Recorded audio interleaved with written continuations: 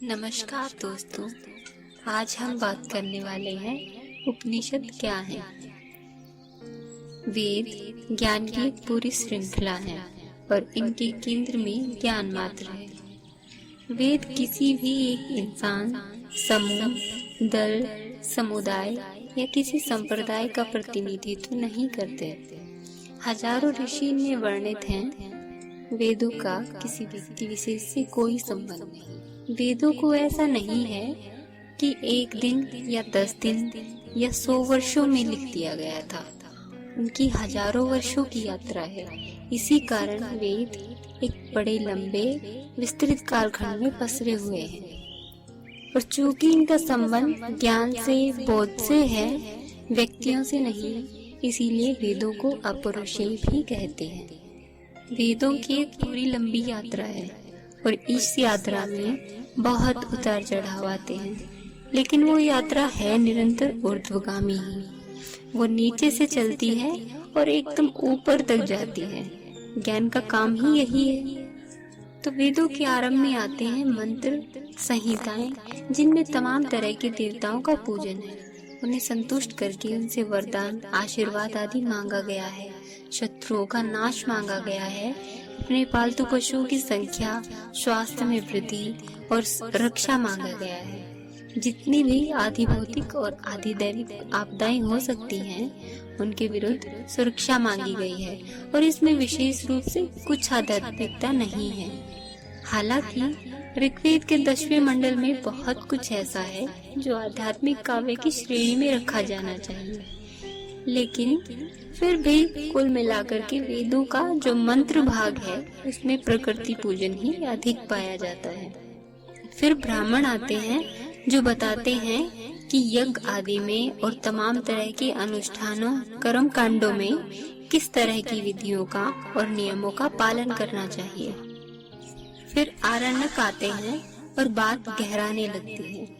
अब जो प्रश्न है वो बाहरी संसार से हटकर भीतरी होने लग जाते हैं और यात्रा फिर उपनिषदों में अपना पूर्ण विकास, अपना गंतव्य, अपना लक्ष्य पाती है।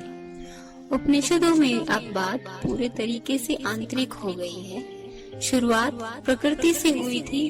प्रकृति की शक्तियों का प्रतिनिधित्व करने वाले देवता इंद्र, मारुत, वरुण, अग्नि आदि, इनसे वरदान मांगा जा रहा है, इन्हें संबोधित किया जा रहा है। और उपनिषद तक आते आते ऋषि प्रकृति के प्रति बिल्कुल उदासीन हो जाते हैं, बल्कि यहाँ तक कह देते हैं कि सत्य तो प्रकृति से परे है। बात इतनी बदल जाती है कि एक और तो मंत्रों में देवी देवता लोग हैं जिन्हें भोग लगाया जा रहा है। उनको अन्न, पत्र, पुष्प, यहाँ तक कि पशुओं की भी भेंट दी जा रही है। सब देवी देवता साकार हैं जिन्हें संतुष्ट किया जा सकता है, जिनसे बात की जा सकती है। और दूसरी तरफ उपनिषदों में ब्रह्म मात्र हैं जो कभी कुछ खाता ही नहीं, जिसका कोई आकार नहीं, जिसकी कोई इच्छा नहीं, जिसका कोई संगी साथी नहीं, जो अचिंत्य है, उससे बात क्या की जाएगी। लेकिन उपनिषद पूरे तरीके से वेदों के अंदर ही है।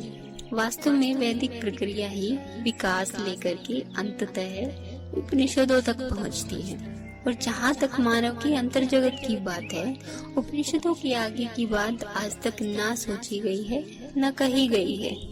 पूरे विश्व में विचार ने जहाँ कहीं भी ऊंचाइयाँ छुई हैं, उनको उपनिषदों ने किसी न किसी तरीके से प्रभावित किया है।